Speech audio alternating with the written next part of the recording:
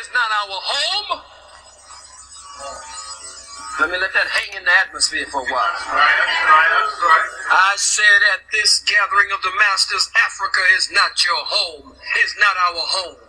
Africa, as it is called today, is our throne.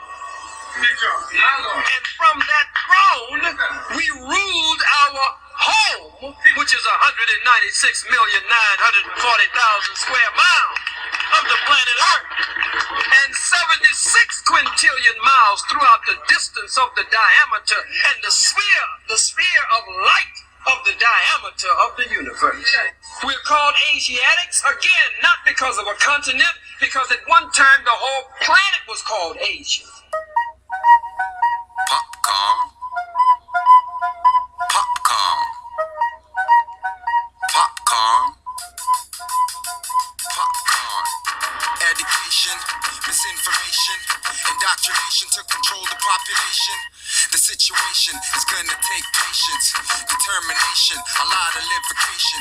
No picket lines, no more demonstrations. Reparations won't repair our nation. We already home, no repatriation. Back to Africa, that's not a destination. Through manipulation, documented fabrication to ensure their agenda. Secure their placement. Is he coming? Is there salvation? The story of creation. Who's God? Who's really Satan? Eager to know.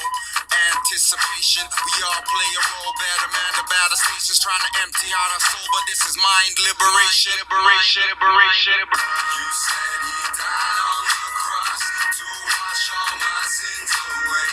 You said that I pay the cost if I did not simulate. They think they found and not lost. Don't accept every word that they say. Population control. Every word that they say. It's exaggeration, create panic, cause separation.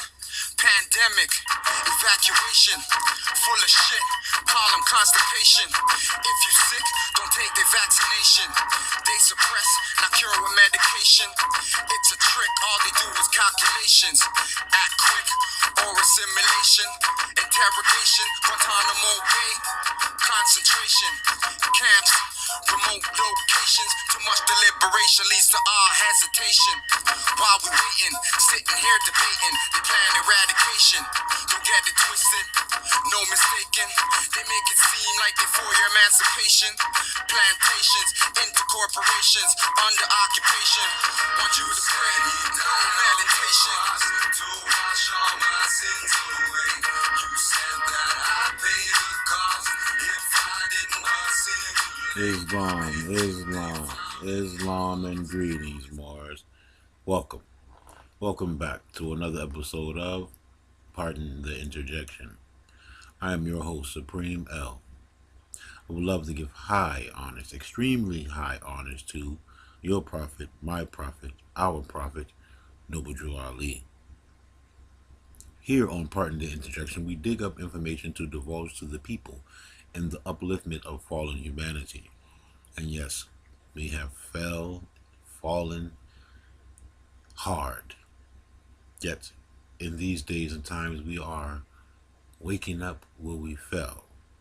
And we're getting up out of the muck and filth and dirtiness that has been heaped upon us all this time.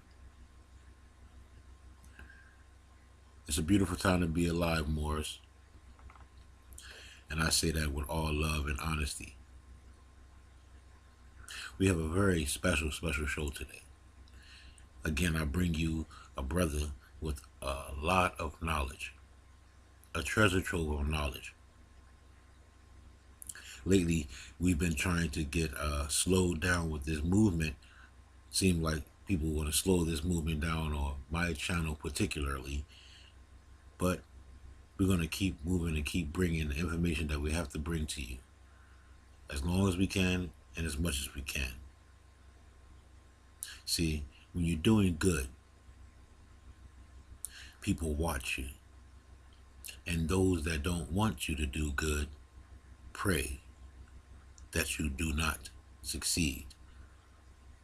But as much as they pray to give up the no goodness for us, we have thousands of blessings raining down on us.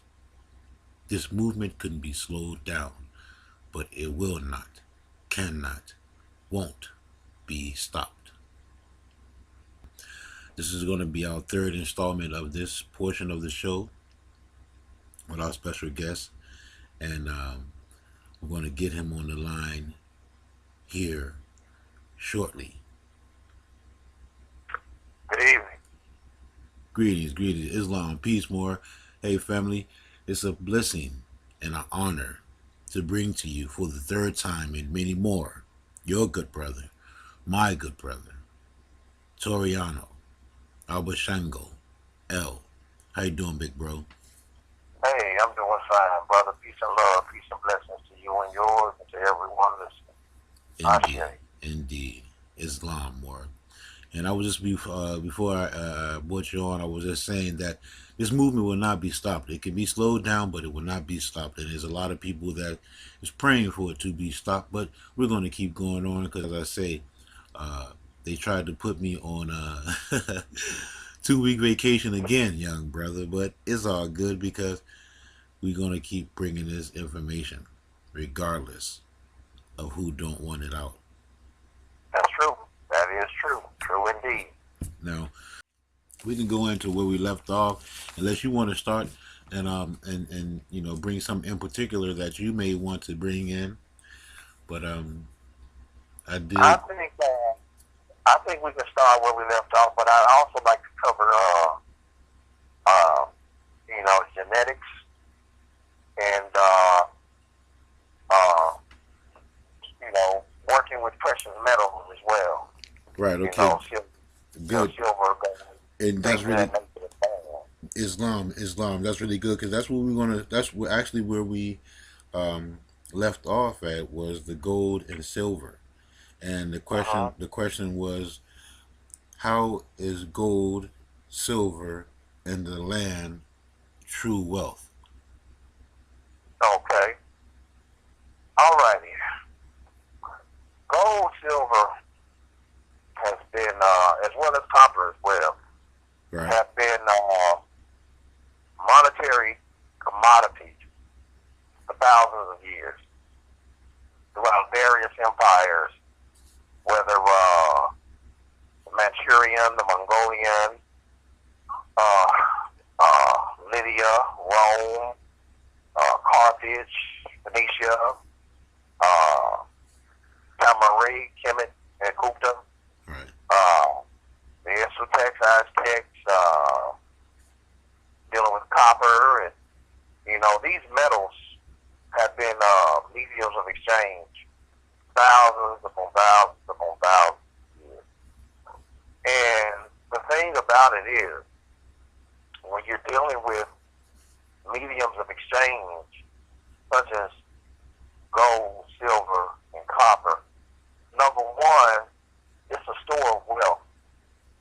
And the reason why it's a store of wealth because there's only so much of it that is able to be mined, processed, and refined. Right. It's not like fiat, where you can print uh, fiat currencies into oblivion, Right. to where the ratio of fiat and circulation as it relates to goods and services uh, creates an inharmonic aspect in commerce when fiat is in less circulation, the price of goods and services goes down. Right. When it's heavier circulation, the prices of goods and services goes up. Right. But with gold and silver, more so, and copper is secondary. Uh, these commodities have the ability to keep a relatively stable trade balance between goods and services and the medium of exchange being those metals. And not only that, it has an intrinsic value. The value is within the metal itself. Right. So if you actually take a look at USDebtClock.org, show you the true value now of silver as related to the M2 money supply, which is based upon fiat currency. And an ounce of gold, its true value as it relates to the M2 money supply on the fiat currency as well. You will see that silver, an ounce of silver is actually worth 600 and something dollars measured by fiat. Right. That actually is true value. And gold is like maybe $4,000 or $5,000 measured against fiat, you know. Wow. So that's true value. But you can only imagine that what's going to happen once all fiat currencies collapse. There has never been a time in history where fiat was actually sustainable for, quite a long time. All fiat currencies and economies collapse. Right. So it's about anything. And this goes into the divine laws of the Most High creatures, creator of the heavens and earth. Look at Deuteronomy chapter 25, verses 13 through 16. It says, "Do not keep diverse weights and measures in your house, but you should have a perfect and just weight, a perfect and just measure, because diverse weights and measures, or which is a fiat currency. Right. It says diverse weights and measures is two sets of scales. In other words, give less when you owe more, and to get more, when you actually supposed to get less. Right. Right. And fiat currencies fall underneath that. It says these types of things are an abomination unto the Most High creator of the heavens and the earth. Right. So as you see, fiat currency in and of itself is against natural law. It's a violation of natural law. Right. Because it's going to get robbed. It's inevitable. Right. Right. And pardon the interjection. That also falls under inflation and deflation, right? Yes. Okay. Okay. Yes. And can you explain a little bit on that, since going a little bit on inflation and deflation? Yes. Inflation is when there is so much fiat currency in circulation that it's not really worth anything, and therefore the prices of goods and services rise. Okay. Okay. Now, when there is less fiat in circulation, then the prices of goods and services fall. Right. That is inflation and deflation. Right. And when the economy finally tanks because of the fiat, then you see what is happening in Venezuela, what happened in Cyprus, what happened in Greece, what happened in Argentina some years back, Mm-hmm. because inevitably all fiat currencies collapse. Right. There's nothing backing it to sustain it. Right. So, the Federal Reserve knows this day is coming soon as well. So these measurements, gold and silver, as well as, copper, platinum, palladium, rhodium, these things, they are more so gold and silver. Gold and silver that stood the test of time in regards to a medium of exchange and a store of value. Right. Yeah. So, in regards to land, how land is true wealth is because the precious metals, as well as oil, coal, natural gas, timber, arable land, what they call farming land, arable land, these things is what wealth comes from. The land produces all wealth. So therefore, the wealth is in the land itself, based upon the natural resources above it and below it. Right. And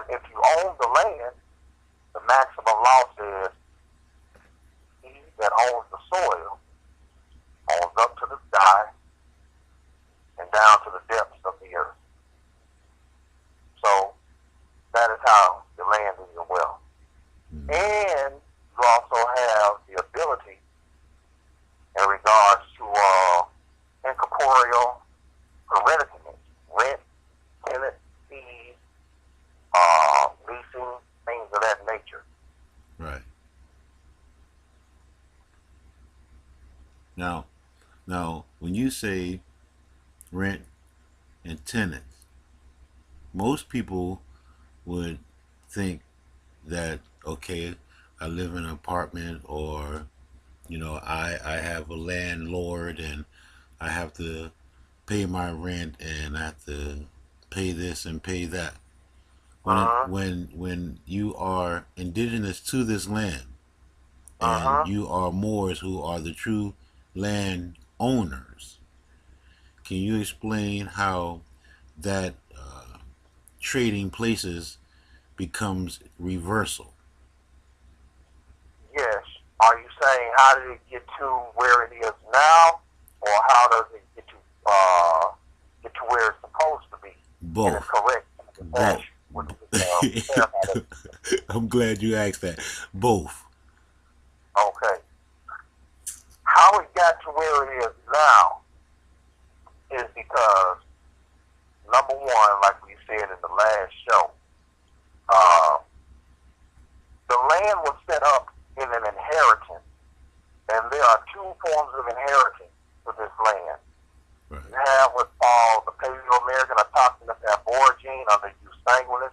In other words, the oldest blood lineages of the land. Mm-hmm. And then you have what they call the Age of Empires underneath international law.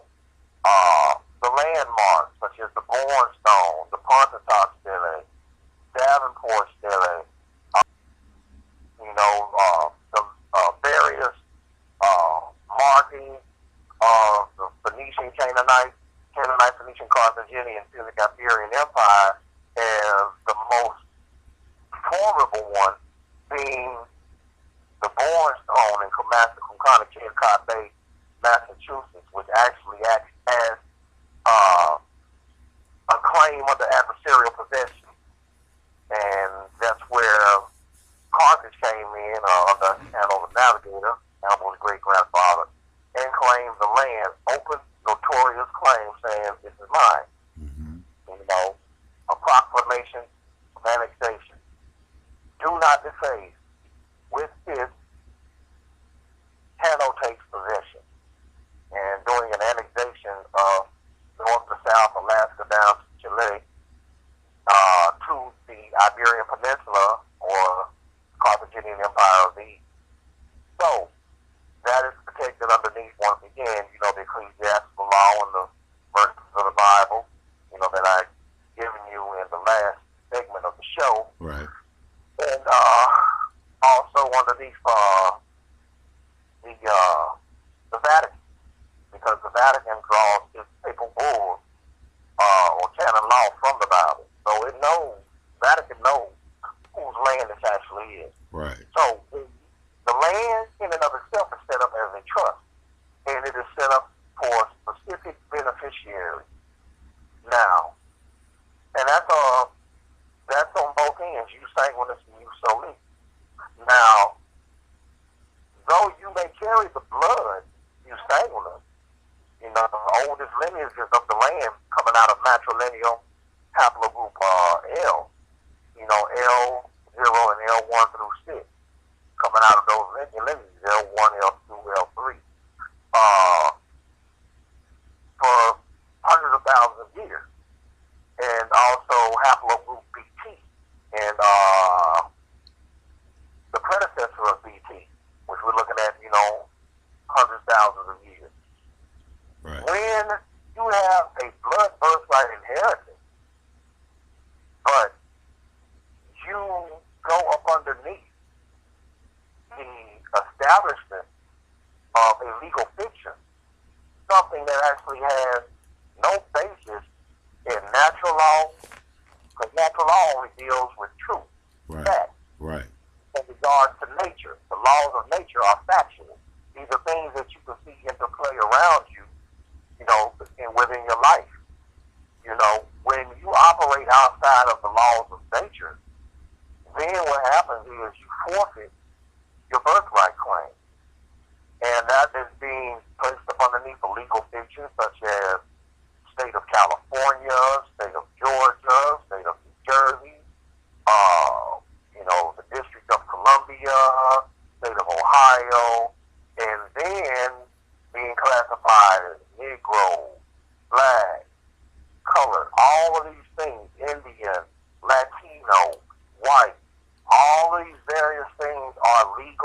nation created by man. Right. And for those who want to say, well, white is the legal status, excuse me, go back to Bacon's Rebellion, I think 1679 to 1681, you will find that black and white were parliamentary creations by England in 1691. Right. So a lot of people need to get their facts straight in regards to that. Black and white were statuses that was created by England in 1691 due to the effect that Bacon's Rebellion had, because it was both Moors, European Moors that had come over here, also Irish and Scottish that were about to burn the colonies to the ground because of how they were being treated by the governors of the colonies and the various lords of the land. And Within the colony, and they were about to burn it to the ground. And pardon the interjection. Now, when you say lords or quote unquote governors of the colonists, who were they? These were various people that were put in place by the crown, the crown of England. As far as who they were, names and whatnot, that I don't know. No.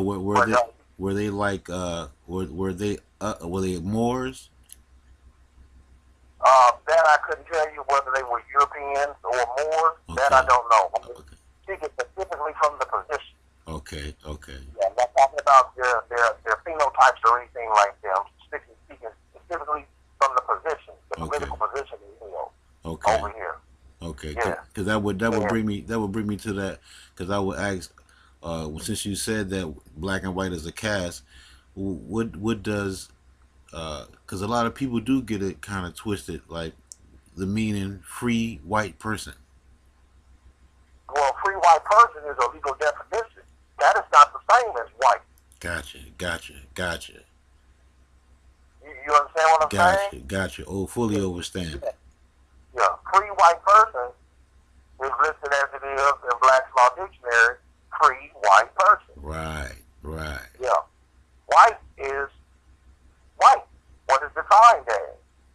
But the point I'm making is these were parliamentary creations instituted first in England, then placed upon the colonies in 1691. And a good resource tool that you can learn about this is Theodore Allen. He's passed on now, but he's a Caucasian, and he came out with The Invention of the White Race, Volume 1 and Volume 2. And he tells you it was a creation. He tells you. And he said, my nationality is English American. I'm not white. Right. This is what he said. So he understood nationality. Right. And the thing about it is, going back to how it got to this situation in regards to the land, is because in 1933, they started placing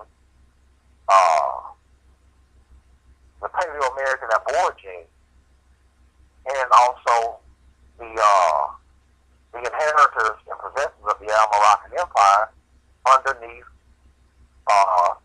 secure transaction, which was the birth certificate with the state of whichever one of these legal fiction American Maritime Corporation you were incarnated in.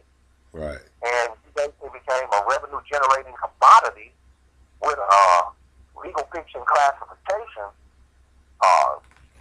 with all rights, interests, and title to your ability to produce unlimited energy turned over to corporate United States and the corporate state of subsidiary or franchise in which you had incarnated in. Right. So therefore, you had no right to anything, nothing whatsoever. Right. And that is how it got, to this situation, because you were not operating within the blood lineage of your Paleo-American Aborigine mothers and fathers, as well as your imperial mothers and fathers of the Canaanite, Phoenician, Carthaginian Punic Iberian Empire and the present-day Moroccan Empire due to the landmark. So now, when you stepped outside of the laws pertaining to blood and the laws pertaining to soil, you sanguinus and you solid. Well, the landmarks, the Bornstone, the Davenport Stele, Pontotoc Stele, none of these landmarks in that land claim no longer applies to you. Right. Because you're not coming in the name of your forefathers and your foremothers. You are outside of trust. You're not in the family trust anymore. Right.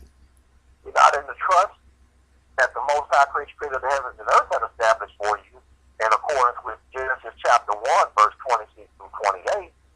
Be fruitful and multiply, replenish the earth and subdue it, have dominion over the land, air, water, law, which I brought that up about 5-6 years ago, and all things that dwelleth therein. You're no longer operating within that trust that was established for you under natural law, as well as the imperial trust that was set up for you by Hanno and the empire. So none of that pertains to you. So the land then falls into what's called escheatment. Escheatment is where there is no living heirs apparent, and therefore is claimed by the state. Right. Right. And that's how we fell into this situation. Right. Now, how do we get back to this, to the proper situation that we're supposed to be in? We have to stand up and proclaim who you are in regards to the soil and in regards to the bloodline. Right. And that's the reason why I'm a proponent for DNA. I know a lot of Moors, talk foolishly about us because they have no working knowledge of it whatsoever. Mm-hmm. And they sound ignorant when you speak about things that you have not gone in depth about, that you don't know about. True. That's the reason why I'm a proponent, because underneath the corporate, the admiralty maritime military democracy policy, they consider DNA as ironclad. There's the rules of evidence 702, and they have several case laws supporting. So once you come back into accordance with what is rightfully awarded and afforded you by blood, there's nothing else to say. Because a maximum law says no man or no one can at the same time be landlord and tenant of the same tenement. Right. That's right. So there's only one landlord. And in regards to us, we're it. That's right. Underneath you sanguinus as well as you solely. Caucasian Europeans have absolutely nothing to do with that Bornstone or the Carthaginian Empire. They do not come out of those bloodlines unless they have been admixed. Mm-hmm. That is it. Right. It has absolutely nothing to do with them. And if they are admixed and they carry those signatures, whether Paleo-American Aborigine or the Empire signature, Right. then they are Moors. They are Moors. But before you can claim that, like I always say, money on the wood makes you that good. We need to see that blood. There you go. Yeah, we need to see that blood. Islam. Yeah. Islam. Yeah, there's not going to be any $5 claimants anymore. We already gone through that with the dog rolls. We're not having any more $5 claimants. Right. Right. So that's how you correct it and turn it around. Okay. Okay. Very good. Very good. And with that, I want to also say, it seems like we've been how should I say, 12,000 year slave, or how you would just say, going back to the 12 years of slave, meaning that he knew he was free, but then somehow he became a slave, or universal forgetting, like we forgot who we are. Mm-hmm. And I just want to, let that be known for the record that we are a nation. We are a nation of people, because there is no such people called black people or Negroes or even African American for that matter. That is correct. There's a book that was printed in 1854, and I think it's called the National Immigration Conference, and it pertains to quote-unquote what they call Negroes. Well, on page 56 or 57 of that book, or 55 or 56, somewhere in there, it tells you that, and this book was printed in 1854, that we were already over here, and that we are the, what they call, and they said in numerous, massive numbers from Central America, to the island. Right. And it says that, we are the Carthaginians, and they come over here. It says that in this book. Right. Right. So, with that, of course, that's used solely under the empire, but with that in and of itself, there is no excuse for us to be walking around,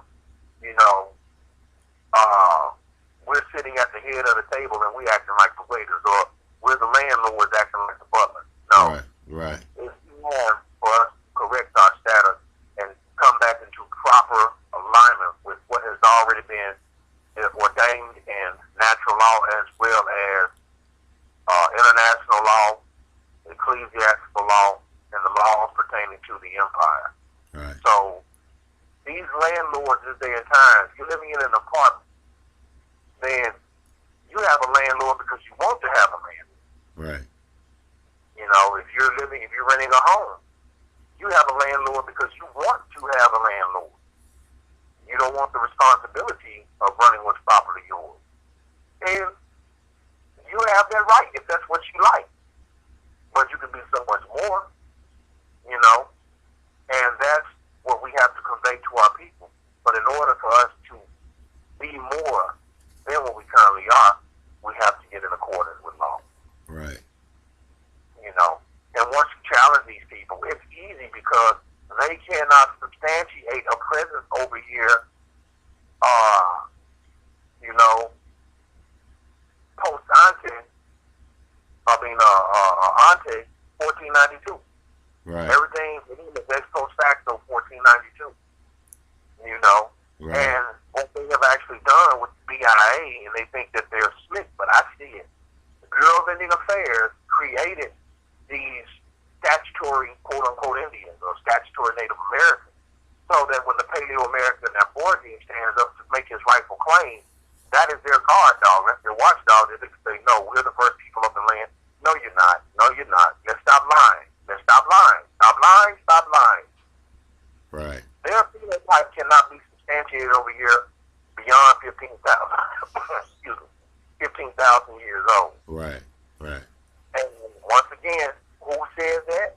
Dr. Carlos Sierra Marquez, Dr. Nicholas Leon, Dr. Walter Neves, Dr. Nate Guidon, Alabama Senator Scott Beeson, Dr. David Imhotep, and various other people who already said that we're the oldest of the land. Why? Because the phenotype that is coming up out of the ground is unmistakably quote-unquote Negroid in its appearance. It is not brachycephalic as far as the skull casing. Flattened skull in the back or short skull, broader face. No. That was 15,000 years ago on down. Older than that, 12 to maybe 15,000 years ago. Other than that, the oldest coming out of the land looks like us. What they call quote-unquote sub-Saharan or Oceanian. And then in regards to the archaeological dig, the pygmy skulls probably dated about 40,000 years before present, or years ago. Wyatt Locko, 51,300 years before present. Not Wyatt Locko, but the copper site, 51,300 years ago before present. Wyatt Locko, 250,000 years before present. Texas Street site. Right. Texas Street site, you give me some water. Right, no problem. Texas Street site, 80,000 to 90,000 years ago before present. Calico, 200,000 years before present. Toca de Esperanza, 300,000 years before present. Tierra de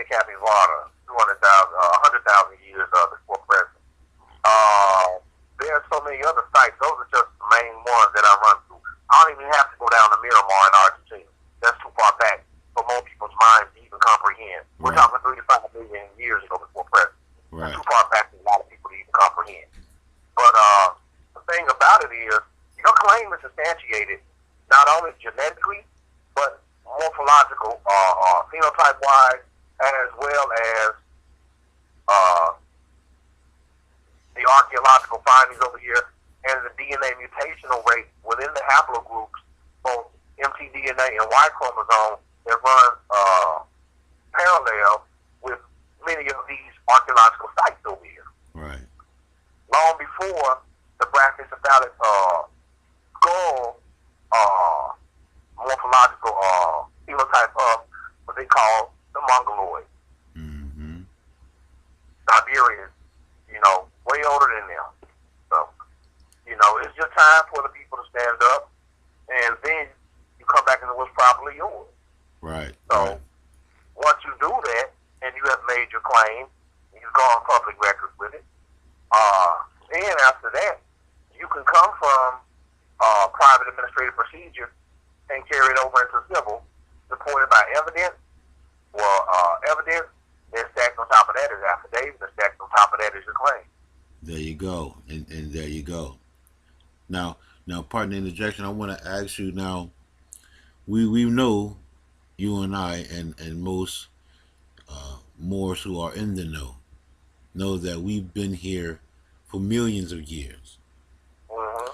Now, civilization back then, as opposed to now that we're waking up, but back then when we were woke, can I ask you about, was there ever Atlantis? Was there ever a people of Lemuria? Was there ever people before then? And were they us? Well, we have to go into, now what you're going into is esotericism. Okay. Esoterically, as far as the teaching, yes, Mu did exist. Culturally, yes, you will find stories amongst what they call the group of people known as the Polynesians, that yes, there was a land called Mu. In regard to Atlantis, you have evidence like the Bimini Road. You have evidence of pyramids that they found off the various coasts of the islands, Cuba being one of them. So we do know that there was a landmass there, quite possibly what they call Atlantis. Yes. Okay. But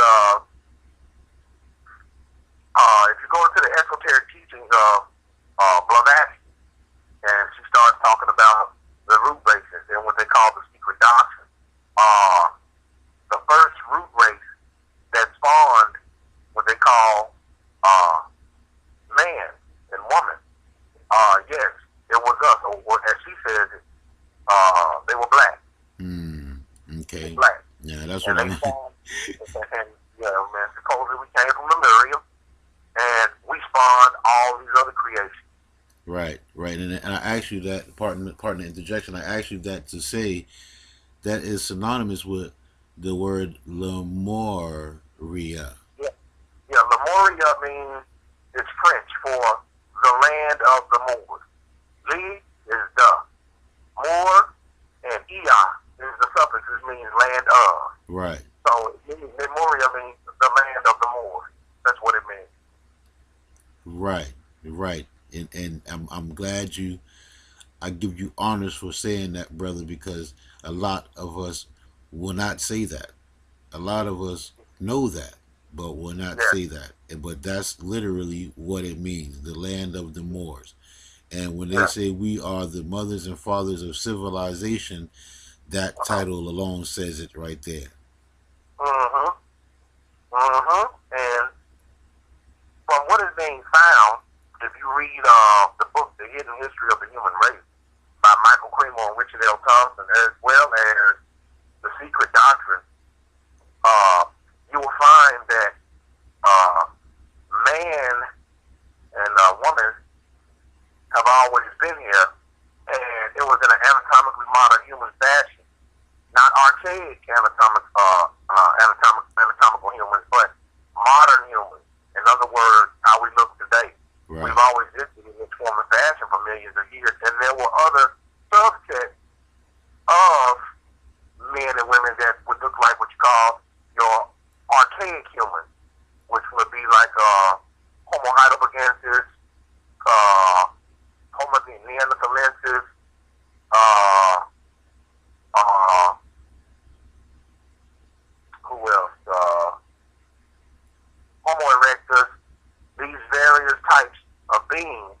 and there was an intermixture as well, where the anatomically modern humans would mix with these various types of archaic men and women. Right.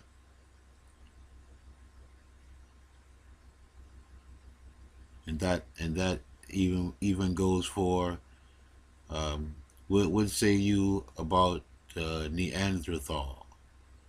Neanderthalensis, Yes. Homo neanderthalensis, contrary to popular belief, they say that this is where the European came from. Well, it found genetically that Homo neanderthalensis had variations within its population. You also had dark-skinned Neanderthals as well. Right. They were all pale skin and red hair. That is incorrect. Science has already proven that they had genetic variations within the skin tone. Mm-hmm. Some were dark, some were brown, some were pale skin with red hair. Right. It was just another form of archaic human. And it's funny that you mentioned the brother Michael Cremo, and what's the other brother European brother name? Richard Thompson.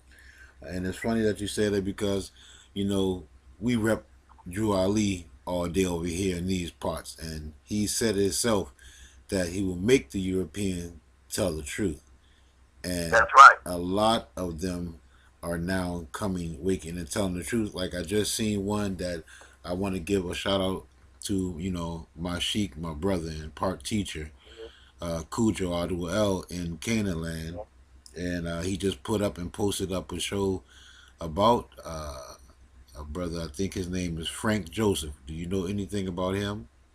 Frank Joseph, yes, he was around in the 90s, and he was also teaching of our antiquity in the Americas, as well as coming from Lemuria as well. Yes, he's been around for a while. He runs he's affiliated with the Ancient American magazine. Okay. Yeah, he came down to the Washita. He came down to Washita proper, and he spoke at one of the Empress's gatherings. This was back in the 90s. Really? Mm-hmm. Wow. Yeah. Yeah, so a lot of these Europeans have been telling the truth.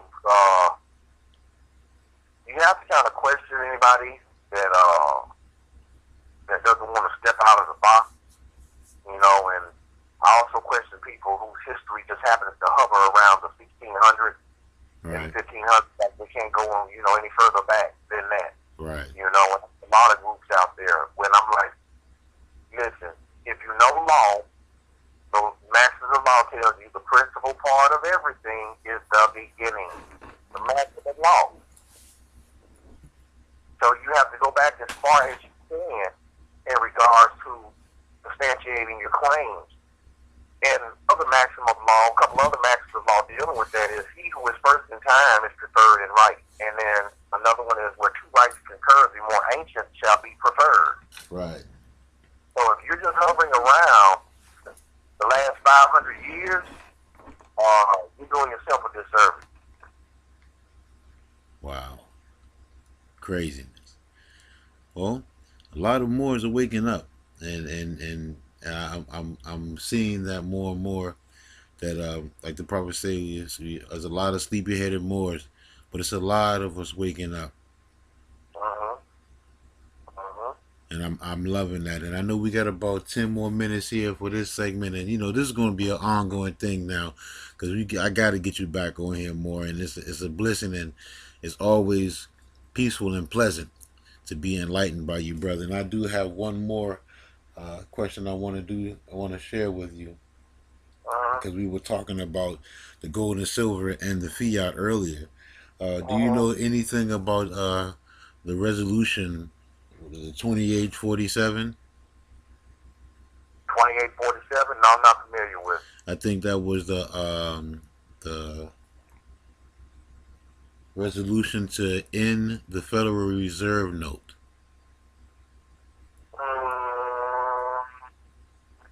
I'm not familiar with that. The thing about it is, I will say this. You have to see how, of course, it will make it through the so-called House, so-called Senate. You Okay. know, in regards to that, and not only that, you have to understand about that Federal Reserve note. That note is mafia backed, and what I mean by that, the Zarian mafia has an interest in sustaining that note. Right. The reason being because it deals with debt slavery. It's peonage. It's a peonage note. Right. Right. The thing about it is, I will say this: what I do is I do bonds in gold and silver, and the reason why is because Secretary of the Treasury is the governor of the World Bank and the International Monetary Fund, and he's also a trustee over the United States and the 50 corporate state bankruptcy. So he's supposed to be offsetting the debt anyway, Right. because every piece of commerce that circulates on your land, the more is a third party beneficiary to it. Every contract, arrangement, or agreement made, whether public or private, takes place upon the land due to non-compensation for the use of the land's raw materials, natural resources, things of that nature, flora and fauna. So the reason why I deal in gold and silver, and I deal with it at the federal level, because number one, the states are bankrupt. If you read Senate document number 43, 73rd Congress first session, it tells you the ultimate ownership of all property is in the state. Individual ownership is only by virtue, and that or amounting to what they call mere user status. The use must be in accordance with law and subordinate to the necessities of the state. So your rights to property were taken away by, the state. And the states are also conquered. Why? Because they circulate fiat within their borders. When Article 1, Section 10 tells you that you're not supposed to do that. Right. Title 1, Section 8, Clause 5 of the Constitution tells you that, it's only supposed to be coin. Gold and silver coinage. That's right. And it tells you underneath the Coinage Act of 1792 that gold and silver is the money That's of right. the United States. It That's doesn't right. say anything.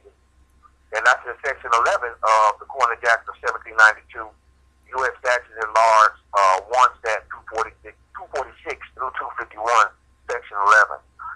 So you set yourself up in trust fashion, and you put bonds at the federal level to hold them to the obligation of you being able to settle in cold or what they call discharge the debt in what they call a quid fashion, which means that it's been nullified, because you have the right to operate in what they call a quid pro quo fashion, which is Latin for this, for that, which means that, look, since you can't pay me rent that you owe, then, and you stole my money, there's none in general circulation, gold or silver, which is mine because it came up out of my earth, my ground, my land, my That's place. right. That's right. I'm going to give you this instrument to settle and close this debt.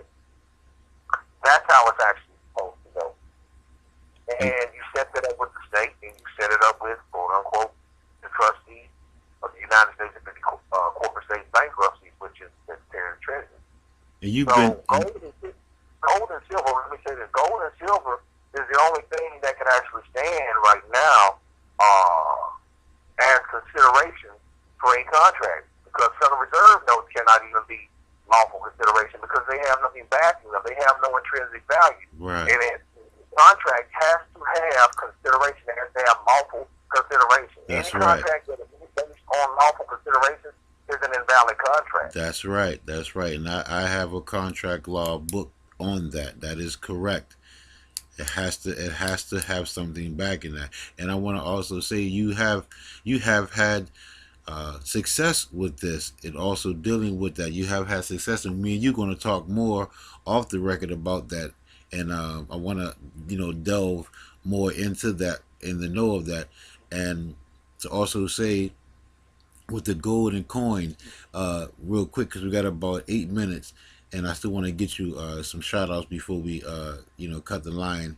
But what about the bank holiday, FDR, and the 1933 gold stealing? Okay. Well, what had happened was they had already planned, the Federal Reserve as well as foolish Woodrow Wilson. He didn't know anything about banking. He just wanted to be quote-unquote president. Right. And the Pope are the ones that put him in office. So what had happened was he had actually signed into law, to the best of my knowledge, the Federal Reserve Act. And from what I understand, it was rough legislated through. It did not even go through the complete House and the Senate. People were gone on vacation, to my understanding, for the Christmas, quote-unquote, European Christmas holiday. That's right. Well, 20 years later, they had gone bankrupt. And the reason being was because the gold was quietly, silver was quietly being siphoned out of the land by international speculators and monetary interests. So when they had looked up, and they had already planned to crash the note, and the people began to do what's called a run on the bank. They didn't have the gold and silver to cover all of those people. So that's the reason why the banker's holiday had come about. Shut down the bank, instituted the monetary policy underneath wartime military measures, and he tells you this in his first inaugural address of 1933, Franklin D. Roosevelt. He tells you this. He's going to declare it the economic emergency as a measurement of war. And he amended the Trading with the Enemy Act of 1917 underneath the Bankers Emergency Bank Act of 1933, which is U.S. Statutes at Large 48-1. And he included, quote-unquote, U.S. citizens as enemies of the state. Right. And therefore, all monetary silver and gold transactions were supposed to run through him, and under executive order, he confiscated the gold. Now, what they don't tell you is in 1934, he came back and he did another executive order. He confiscated the silver. Wow, wow, and that's where JFK, John F. Kennedy, comes in later on and tried to reinstate the silver. Yes, under executive order 11110, and he was going to say, okay, your Federal Reserve notes, now we're going to put back in United States Treasury notes, and if you want your silver back, you can just go to a bank and ask for silver instead of more fiat, and we will start returning the silver back to you, the people, so you can have at least some measurement of wealth. And a few months later, after he did that, he was killed, and Lyndon B. Johnson was instituted, and then he passed the Coinage Act of 1965, completely obliterating all silver out of commerce. So by the time 1971 had hit, your silver was gone. And the quarters, dimes, half dollars, and things of that nature. And then after that, Richard Nixon passed the Nixon Shock of 71, where he closed the international gold redemption window for international obligations and instituted the petrodollar by talking to the so-called Arab lands and saying, hey, look, we'll give you military protection in exchange for making everyone who wants to purchase your oil go through the Federal Reserve note. And that's where you got, quote-unquote, your petrodollar from, which the Chinese yuan is about to destroy because China just opened up a gold redemption market where they can buy the oil in the yuan, and the Arabs can hold those yuan and redeem it in gold at any time they'd like to within China. Okay, well let's save that one. Let's save that one for part 4, because this is really good, more interesting, because that's something I didn't know and is interesting to me. So we're gonna come back with a part 4 on that and continue this. Definitely continue this good movement and moving forward to getting our people back into the know, because the more you know, the more you can do. Now, you want to have any shout outs or how the people, brothers and sisters, can link up with you? Yes, you can link up with me at ObaShango-El.com. That's O is in Oscar, B is in Bravo, A is in Alpha, S is in Sierra, H is in Hotel, A is in Alpha, N is in November, G is in Golf, O is in Oscar, E is in Echo, L is in Lima.com, ObaShango-El.com. And I'd like to give a shout out to Shia Consult under Clan Omeg Moors, which is my clan family, African Clan of Moors, which is in Tejas. The people that support me, in my studies and due diligence and what I've done and what I am currently doing to bring to the people. I'd like to give a shout out to you more for allowing me to speak on your platform. Canaan Land Moors as well, little brother Cujo Aquarel, also the Red Road East, which is brother Fierce Truth Seeker. traffic accidents in the Bronx and various other wars and more biases and the ancestors and the mothers and also the patriarchs, the fathers who given the path and whose shoulders we stand on as well. So Islam, Islam to that. Yo, good brother, our good brother, my good brother, Toriano ObaShango-El. And now, while you're here, I'd like to also give my first shout outs and utmost extreme honors to the mothers. Because as I always say, without the mothers, no man would exist. And giving honors to my prophet, your prophet, prophet of the people, Prophet Noble Jure Ali, because without him, I wouldn't be here having this talk with you now, my good brother. And of course, I got to give a loud yellow up top to my good brother, Quid, well, Canaan Land Moors. I love all my Moors up top. They're a beautiful bunch, and I really love them. And they got some music coming out, so really check out the Canaan Land Moors music. Go on this page, and they got a lot of beautiful music that we also putting out there too. So I want to thank you, brother. I want to definitely thank you, brother, for coming on and giving us this information that we direly need. We need this information from you. So I'm looking forward to part 4. And with that being said, I want to thank all active Moors. All active Moors. I can't say you one individually, one by one, but I'm going to say all y'all active Moors. If you're active, you're attractive for me. So I just want to throw that out there. And I love you, Morris. So I want to also thank my co-host, my good brother. Thank you again for coming on. Can't wait to see part 4 and do part 4. Toriano ObaShango-El. Thank you, good brother. Thank you, brother. Peace and love. Ashe. Peace, more.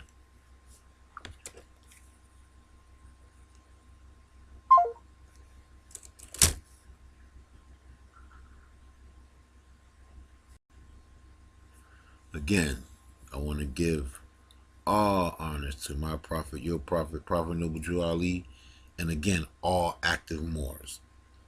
Thank you, and I want to give another shout out to my brother, co-host ObaShango, Toriano ObaShango-El. Thank you, my good brother. Can't wait to do it again. And with that being said, I want to thank you for joining me on another episode of Pardon the Interjection. I am your host, Supreme L. As I always say, don't believe me. Go, check it out for yourself, and you'll be amazed at the jewels you'll find on your treasure hunt, Moors. Until next time, family, stay safe. With that being said, Islam, love, and peace forever, Moors.